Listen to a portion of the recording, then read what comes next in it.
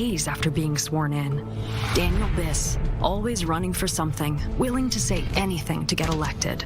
ECW is responsible for the content of this. The NFL Combine, but make no mistake, it is still draft season and all eyes are on Lucas Oil Stadium this week. Welcome into Chicago Sports Tonight. I'm Tina Nguyen. Down in Indianapolis is where all the groundwork for trades and free agency is being laid out. The Bears are right in the middle of the rumor mill as Ryan Poles is facing some tough decisions to get under the salary cap. Let's get right into it and bring in our very own Cassie Carlson, our Bears beat reporter. She's been at the NFL Combine all this week. On-field workouts began earlier today. A draft class loaded with talent on the D-line, which is obviously a need for the Bears. Cassie, we learned yesterday that the Bears granted permission for Tremaine Edmonds to seek a trade, but we also learned that the Bears have been getting calls about Tyson Bagent, DJ Moore, Gervon Dexter. What else are you hearing in terms of what the Bears plan to do? Yeah, well, they still need to find a way to get under the salary cap, and now we're learning about Gervon Dexter as they're receiving calls for him as he enters the final year of his contract. A former second-round pick who I think it's fair to say hasn't really lived up to his potential, although he had 6 sacks this season. I think you're always looking for more and more consistency from Gervon Dexter, and I think he's said that vocally himself throughout his 3 years with the Bears, is that he wants to be consistent over the course of an entirety of the season. And so right now the Bears are in talks with everyone around here, whether it be agents, whether it be GMs, other head coaches, to try to build their roster to get them back to the playoffs next year. And it's no surprise that these names are being thrown out there because that's kind of what the Combine is all about, especially for the Bears this year, because you mentioned the on-field workout starting this afternoon and you had safeties and tight ends going through the media circuit today. It's really a different story for the Bears of just because they don't know what's going to be available to them with that 25th overall pick. We don't know if they're going to even be using the 25th overall pick if they are trying to loop in some trades to offload some heavy contracts that they do have to get under the salary cap. So it's a lot of unknown for the Bears, but Gervon Dexter, will see if they can get anything of value back. I feel like if you try to think of what they could get back in return for him,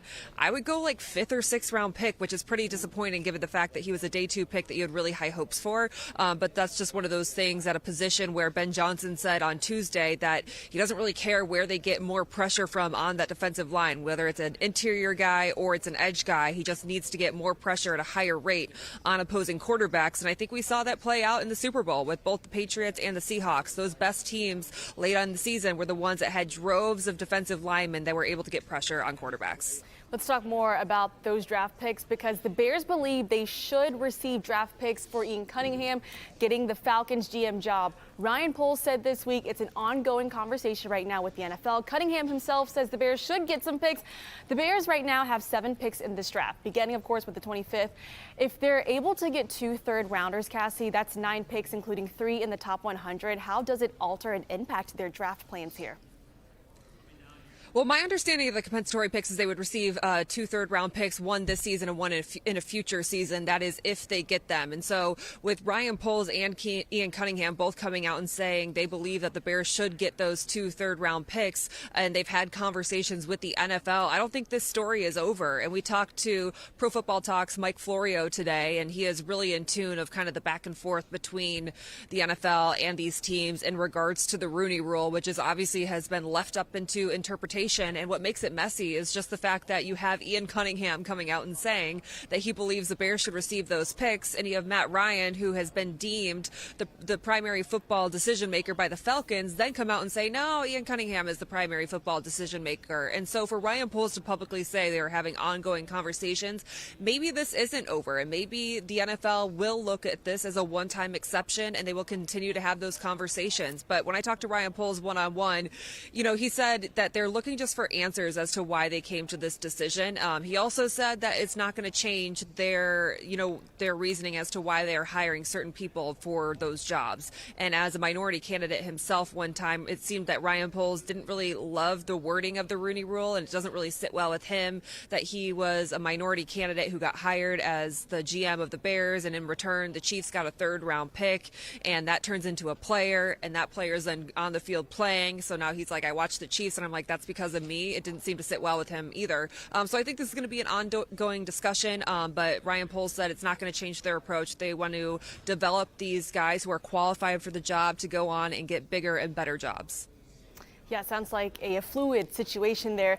So obviously the NFL is taking over Indianapolis. You got the chance to talk with the voice of the Bears, Jeff Joniak, yesterday, NFL insider Tom Pelissero, Rich Eisen from ESPN, and Pro Football Talk's Mike Florio. What more can you tell us about those conversations? Yeah, well, it's always fun to be on Radio Row, and it looks kind of dead behind me right now, but early in the morning when all the prospects are speaking, it is packed inside here, and there's a curtain behind the camera, and on the other side of the curtain is where all the podiums are set up, and then you have all the national media with these elaborate sets, couches, stages, the whole shebang. And so it's fun to hear from those insiders because we're so insulated, I feel like, sometimes in Chicago with what we know about the Bears, what we feel about the Bears. I think we know a lot because we are in the building each and every day, but it's always interesting to get the national perspective. What do guys like Rich Eisen feel after speaking with Ryan Poles? Someone like Tom Pelissero, who is very in tune with what could potentially be going on with Max Crosby. He said the next 7 to 10 days could be really interesting when it comes to the Raiders, how they view Crosby and potentially a trade happening, although Spytek and Kubiak have both said they want to have Max Crosby in Vegas, and he's been rehabbing from his injury inside the building. And then Mike Florio is really in tune with rules, the Rooney Rule, and he had quite the quote about Caleb Williams and how it impacts the Bears' window. So take a listen to that. What is the window for the Bears, in your belief? Unlimited. As long as Caleb's there and Ben Johnson's there, you know, you got the two most important pieces. You got the coach, you got the quarterback, and they're paired together. One of the good things about having an offensive coach and not a defensive coach is you don't have to worry about the offensive coordinator leaving because he's got a head coaching job because of his work with the quarterback. So there's going to be continuity. They're going to get better and better. The challenge now for Ryan Poles in the front office is find the players to sprinkle in around. And when you have a quarterback that's going to be getting top of the market money, it makes it even more important to get young, cheap players with your draft picks who can fill those roles. And then you have to be smart about who you keep, who you don't keep. And it's just going to be a constant process, and the names are going to change. Look at what the Chiefs have gone through with Patrick Mahomes at quarterback. How much has changed around him since he became the starter in 2018? That's what you need to constantly do. Be looking for the ways to have the good players around the guy who's going to be the centerpiece of the team. But this is something the Bears, I mean, they wanted it forever. Back to Sid Luckman. I mean, there has not been a franchise quarterback on the Chicago Bears since Sid Luckman. We thought that Jay Cutler would get there. The farthest he got was an NFC Championship game. But it feels like this is the dawn of something that's sustainable. Unlike the 85 Bears, which never really fulfilled their full potential, this feels like something that's going to keep going up and up and up and up. What is the national impression of the Bears and what they did last season and what they are set to try and duplicate this year? Sure. I think, a few years ago, when they made the playoffs with Trubisky and Matt Nagy, and he was coach of the year, and things were trending upwards, that in my estimation I still needed to see more before I could believe like the Bears had arrived. This time around I've seen all I need to see. I truly feel that everything that Ryan Poles has put together, everything that Ben Johnson has cashed in, and everything that Caleb Williams has done in his first full year of having a staff like Ben Johnson's to get him ready, prepare him, and then let him play fast and instinctively. I've seen all I need to see. That this is a team that I think is going to be around for some time with a run game that is going to always be fed and stout. The offensive line that Bears fans have been lamenting for a while, 2 All-Pros on it. And then Ryan Poles in last year's draft, from Colston Loveland to Kyle Monangai, Luther Burden in between, and just to name 3. Just keep on adding all those prospects and let them fly. The one name that keeps surrounding the Bears is Max Crosby, because they need an edge rusher, but it was like one report that said it was going to be a first-round pick with DJ Moore, and then it's like it's probably going to take more than one first-round pick to get an edge rusher like Max Crosby. What are you hearing about the asking price if the Raiders don't see him in Vegas next year? Well, and the starting point is the Raiders have to actually be willing to deal him. I mean, if you put a price tag of multiple first-round picks on virtually any player in the NFL, you're setting such a high bar that you're almost not expecting it to be cleared. We heard John Spytek up here, the general manager, say he expects Max to be back, saying they text and talk all the time. I would say that's not the end of the Max Crosby story here. Certainly the Bears are one of the teams you would anticipate being on that list if, in fact, the Raiders take the posture that they're willing to move on from Max. I think we'll have answers on that over the next 7 to 10 days here. We'll see what direction it goes. But for a team that, again, is trying to take that next step forward, going to gain a veteran player, a veteran pass rusher, an impact position like Max, a culture changer type of guy, it's something you absolutely have to evaluate. It's very different for the Bears this year. It feels different, right? Because Yeah. they don't have the new head coach. They don't have the top 10 pick. We're kind of walking around all the prospects like, who even knows Yeah, is going to it be is right. available when they have the 25th overall pick? How does that change how you approach this week, not knowing what It's direction? more fun for me, honestly, Really? because it's a broader scope you have to dig into, right? So if you got the 25th pick, assuming they keep that pick, you're going to have to do some serious work on, say, the top 50 to 75 that you're really going to have to know on draft night to understand what directions they might go, because there aren't a lot of quarterbacks. There may be one, maybe two will slip into the first round, and that changes everything because you're going to have to focus on the depth of the position, and I think there is depth at the position of pass rusher. When I went into the Senior Bowl, I thought it was also defensive tackle, interior defensive lineman, not as much. Wide receiver. You name the flavor, and that's seemingly been the case the last several years. There are so many receivers. Oh, my gosh. 25 best player available could be a receiver. The Bears. Yeah, I mean, No. hey, I'm not putting past anything, And so offensive tackle, offensive line. So these are the positions you're going to have to take a look at. Safety is really good this Bears year. could use Yeah. a couple. So, but again, I know we're only always focused on the first round pick. The depth of the draft is important for the Bears because they're going to need a lot of players. They're going to have to hit hard on the draft because it's expensive in free agency, as we know, and their salary cap is different now.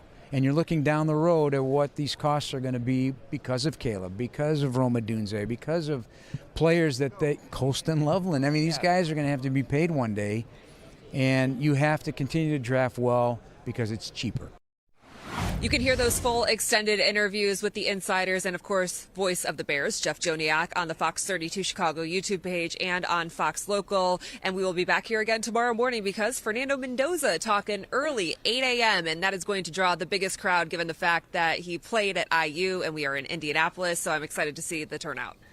Cassie Carlson, thanks so much for the time. A lot of great stuff from you out of Indy this week. We appreciate it. All right, time for our first break here. Cubs are off to a rough start in spring action. Meanwhile, the White Sox off to a better start, but no need to panic. Listen, it is spring. ESPN 1000's Jesse Rogers, though, joining us here next to talk all baseball. Stay with us.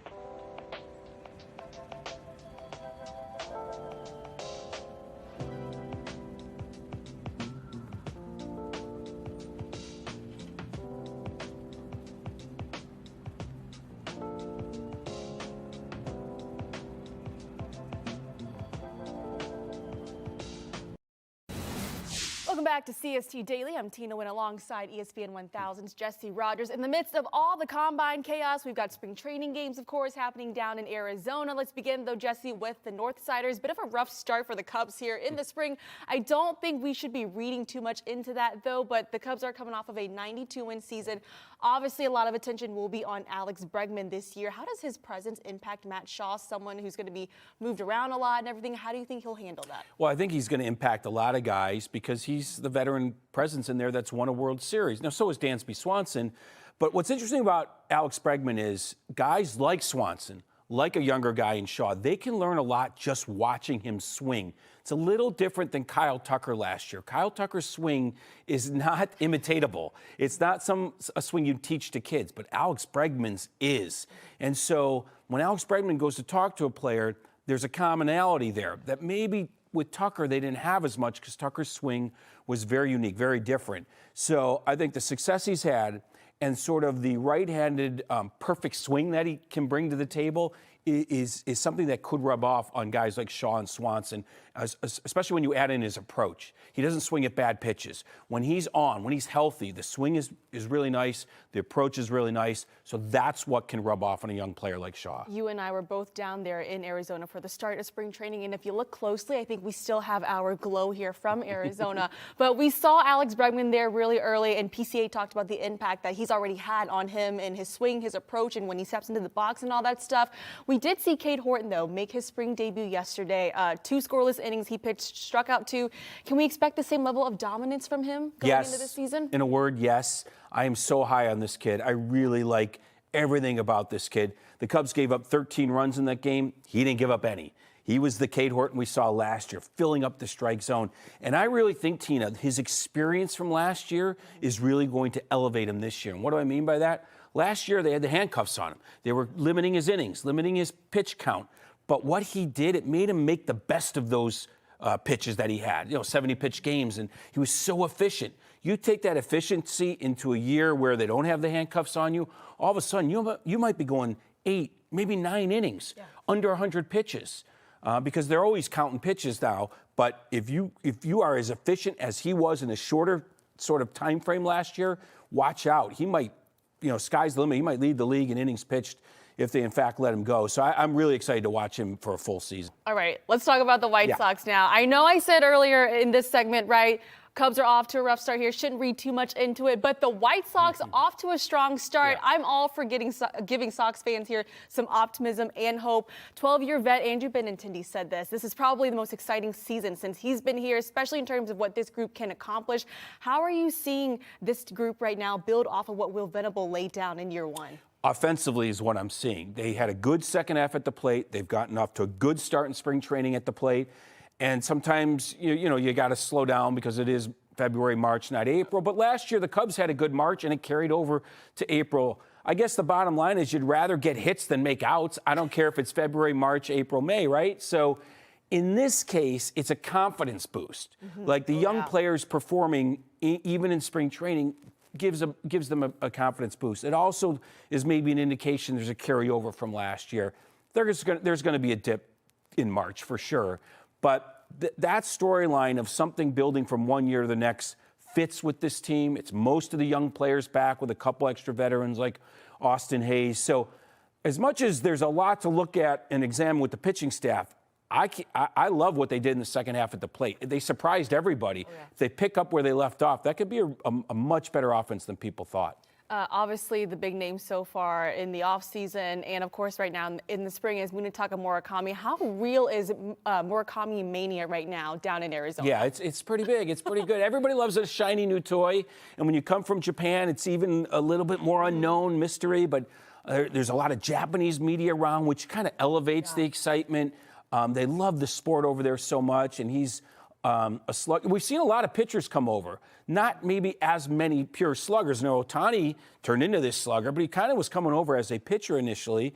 There's a couple hitters every year that come over, but he's got the big swing. He's already gotten 3 or 4 doubles. Now he'll strike out. He had 4 strikeouts in his first 10 at-bats, but there's just something interesting to watch a slugger, sort of come over and establish himself. He's leaving for the WBC as well, Team Japan, so we'll see him on the big stage. But it's a shiny new toy, and we're all excited to play with it. It is, no doubt about that. You mentioned here, you had a good point. A lot of pitchers come over from Japan, not a ton of hitters. Yeah. And obviously, Murakami, one of the most prolific hitters back home in Japan. How have you seen him so far adjust here to spring and what Will Venable's doing too? Yeah, I mean, everything I've seen has been good, but it's all with a grain of salt, meaning, Right. okay, he's facing his own pitchers first. Okay, they're not throwing hard. Now he's facing spring training pitchers, still working on things, but there's been some really good swings, done some good damage. The real test is the regular season, though. And I say that because, in Japan, you can measure the pitchers and how it translates here better than you can with the hitters. Still a little bit more of a mystery with hitters because the pitching here just elevates much more. For every one great Japanese pitcher that comes over, this league has 10 of them, So they're not facing the kind of pitching they're going to face here. And that's probably why Murakami's market during free agency wasn't, like, he didn't sign a 10-year deal, $300 million like Yamamoto did.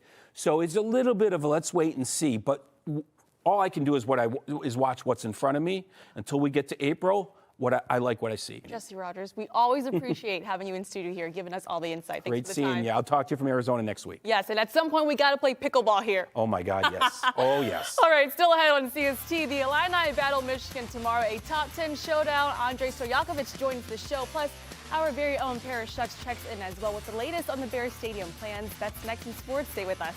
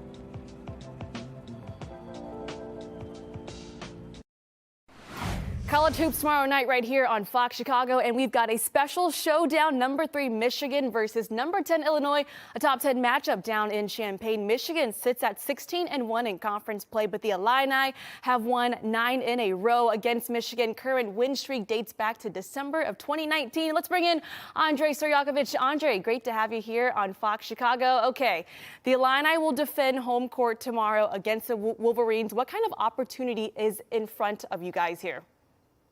Yeah, it's a game that, we've obviously prepped for most of this week, and we are very excited. Top 10 matchup. One of those teams you get excited about playing from the moment the schedule comes out. So obviously this means a lot to our program, our fans, and the team itself. Obviously, final few games for you guys left in the regular season, and of course, March is right around the corner. Has Coach maybe talked about that, and how ready are you guys for March? Yeah, as exciting as it is, what the future holds for us in the next month or so, we still got to stay poised and stay in the moment. Knowing that this could be a very special year for us, we have to we have to understand that we have to take it a game at a time. And that's what we've been doing so far, and it's worked for us so far this season. So we're just excited to play on Friday and then look forward to the next matchup when it comes.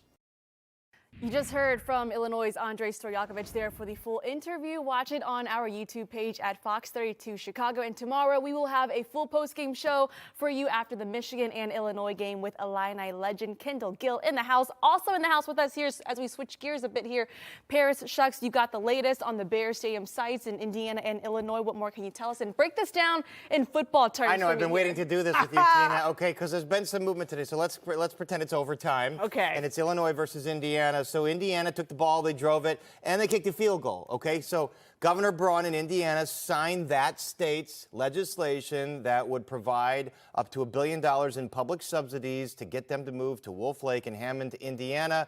It passed through the House, it passed through the Senate with flying colors, and he says, we're open for business here in Indiana. It's time for the Bears to come here. The Bears responded to it by saying, hey, this is great in so many words, but we're still doing our due diligence on this site. So they didn't say, we're going to Hammond yet. Okay, now to Illinois. Illinois, they've got the ball. They've got a chance to score, but if they don't score, they lose, okay? So they got to do something with it. What they did today was their legislation finally got unveiled after months of negotiation, got unveiled last night, and this is different legislation. This would give the team the ability to opt out of paying property taxes on a mega development like this. Instead, pay an in lieu of fee that they would negotiate with the village of Arlington Heights, with all the taxing bodies there. That could save them tens, if not hundreds of millions of dollars on their tax bill. This is what the Bears have been asking for. So this passed out of the Illinois House Committee, 13-7, and then it was set for a vote on the House floor. But what happened? The House floor adjourned. So that means they're done until March 18th. They're not scheduled to come back till March 18th.